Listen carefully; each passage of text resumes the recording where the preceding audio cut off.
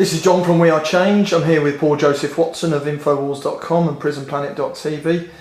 We're hoping this evening that Paul's going to give us a roundup of the week's events, also going into a little bit more depth as to the first 6 months of the year. As we stand, it's 2nd of July 2011, and obviously a lot has taken place in the first 6 months of 2011. Thanks very much, Paul, for filling us in. Yeah, well, basically the Bilderberg conference ended a few weeks ago, and since that time we've seen the consensus that was set at Bilderberg reverberate around the geopolitical arena, specifically in regard to Libya. Anders Rasmussen, the NATO Secretary General, was rumoured to be in attendance at Bilderberg, and now just about a week after the end of the conference he came out and said that the war would be prolonged, it would be intensified. So the exact information that Jim Tucker got from his sources proved itself to be true in the very week after the conference ended.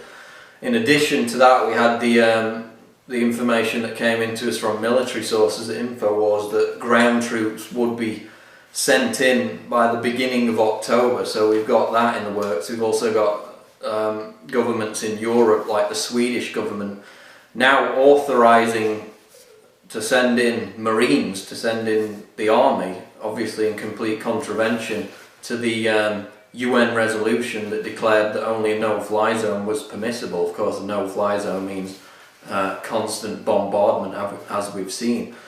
In addition, on the subject of Libya, which of course has characterised the year so far, Obama told us the war would last days. That was in March. It's now July 2nd. We're still involved, so it's lasted over 3 months, cost nearly $1 billion for the US government alone, taxpayer money. And we had the spectacle this week of Obama giving a speech and saying basically that he doesn't, quote, have to get to the constitutional question. Of course, we know that Bilderberg were terrified of the resistance to the war in Libya from the US Congress, and now that that pressure is increasing on Obama, he's brazenly come out and said, you know, I don't even have to get to the constitutional question. So his chutzpah and arrogance transformed itself into basically just complete ignorance and an insult to the very foundation of what America was founded on. Of course, his own constitutional lawyers, before the no-fly zone was enacted, said that he would have to get permission from Congress, otherwise it would be unconstitutional, but Obama just ignored them. So we've seen an intensification in Libya. Also in the Middle East, what we're going to see is a permanent occupation of Iraq, according to the information out of Bilderberg. We've got this December 31st deadline where US troops are supposed to withdraw completely from Iraq at the end of this year. Of course, we've heard that many times before, but Obama has set the final date of December 31st. Yet, according to US delegates who attended Bilderberg, one said, quote, the US has no intentions of ever leaving Iraq. And so what we're going to see is a media spectacle generated similar to the Afghanistan situation, where Obama withdraws a small amount of troops and many more are left to remain, including mercenaries that they will later add. Also out of Bilderberg they said, quote, this was a US Bilderberger again, quote, when you think of Iraq, think big. And he later went on to say that Iraq will be used as a launch pad for a wider regional war that will, quote, include every nation in the Middle East except for Israel. So they're going to use it as a launch pad to invade more countries, which is what, of course, the PNAC document said before 9/11. Now, Bilderberg was instrumental in 2002 in delaying the start of the Iraq war, as Jim Tucker documented. It was initially set to go ahead in 2002. And it went ahead obviously the next year in 2003. So what we're seeing out of Bilderberg is a desire to remain in Iraq so that the country can then be used to attack other countries. The last thing to come out of Bilderberg was the fact that one of the activists who was present, who was called Tim, actually was close friends with the hotel manager there at Savretta.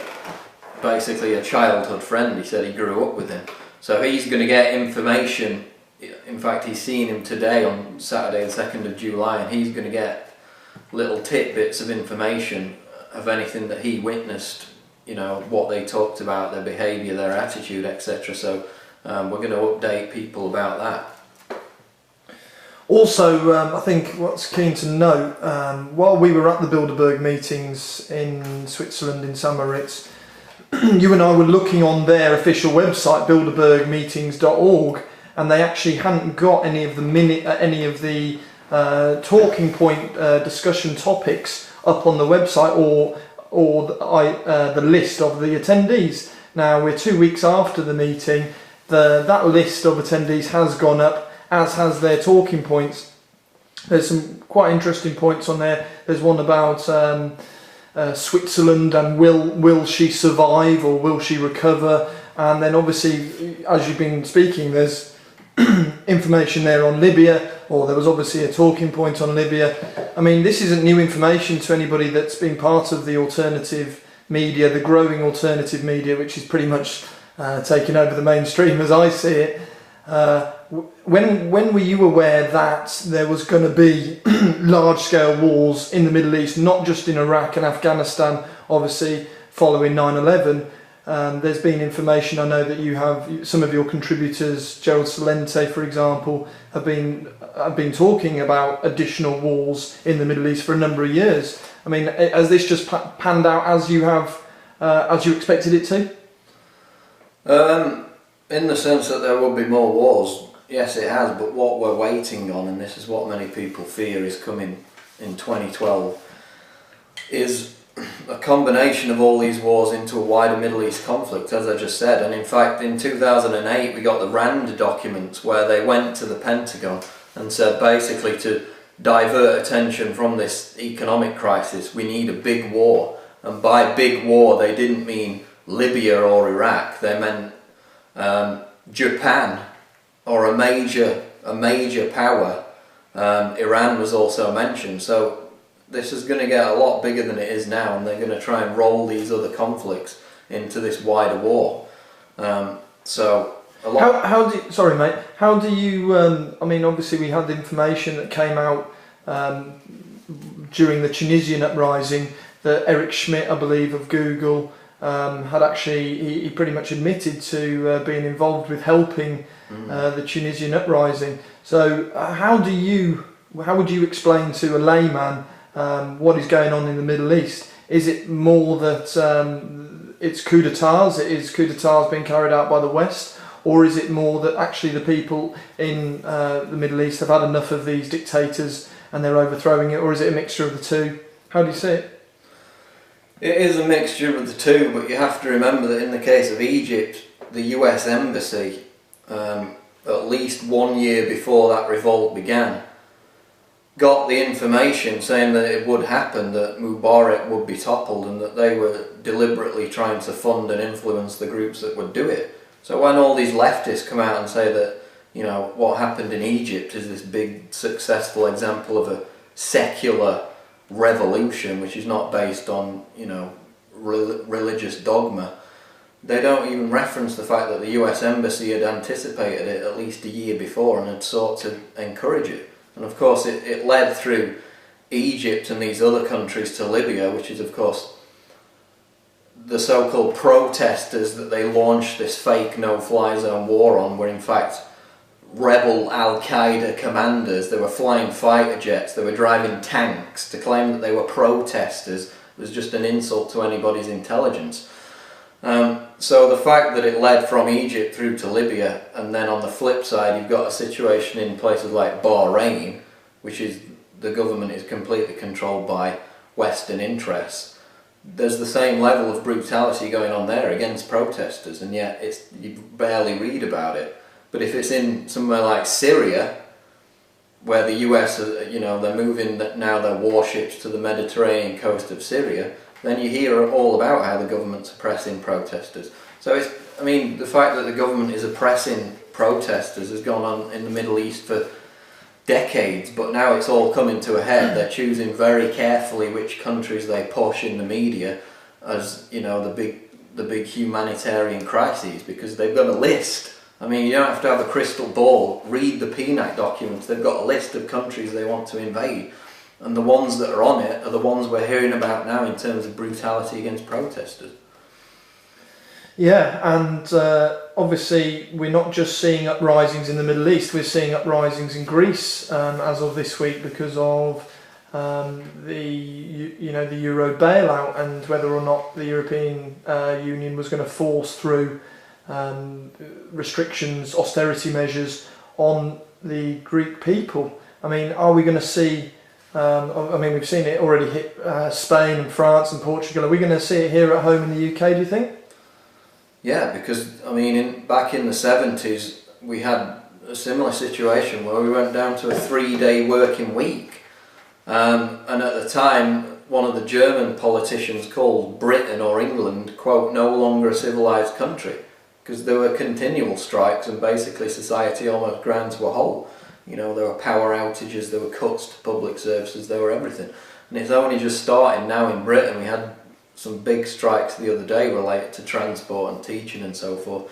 So everything that you see in Greece is coming to Britain, but it's just the scale of it. I mean, British people are so, lackadaisical and nonplussed about anything that happens. They don't have this spirit of resistance that exists in countries like Greece.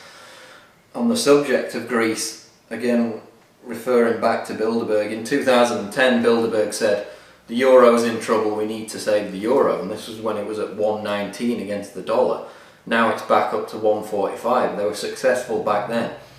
But now with this Greece bailout, which both now George Soros, Nouriel Roubini, these big economic experts have said, basically the euro's on its last legs, it's going to die. They're again in a desperate situation.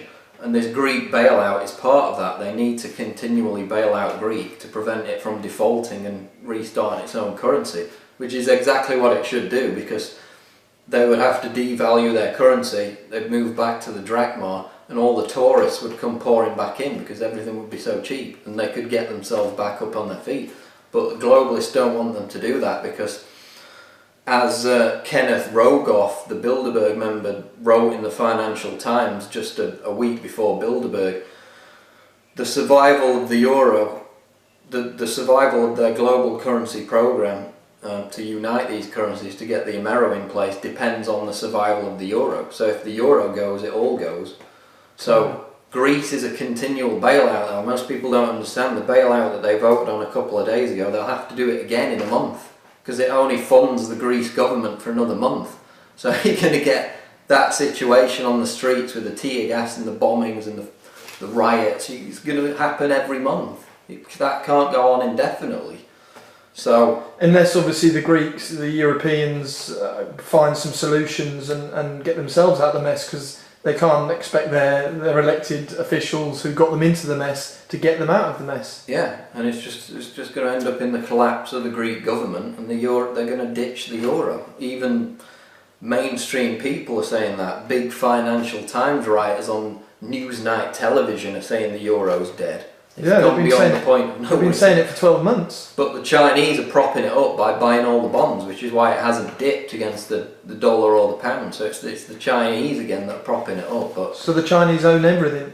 Yeah, but I mean it can't go on forever, is what I'm saying, because they have to keep doing it every month. So I mean, there's hope in that, because obviously the Greek people are basically fighting the IMF takeover of their country. They're going to be in debt enslavement for decades to come, just like in Argentina 10 years ago. If we shift gears a little bit at that point and obviously mention the catastrophe at Fukushima earlier in the year, which I keep seeing on the news every day, isn't as bad as we all were told initially, and it's not really a crisis and all the rest of it, although obviously there's a 50-kilometre exclusion zone around the plant, and they're finding that some people have already got high traces of carcinogenic plutonium and various other materials in their bodies. What do you think has actually been going on behind the scenes there with the nuclear industry? Well, we know that the severity of Fukushima was downplayed from the very beginning. It's now come out that reactor number 1 was in meltdown within hours of the earthquake and the tsunami. Of course, Japanese denied that at the time. But what's just as interesting is that now we have these leaked emails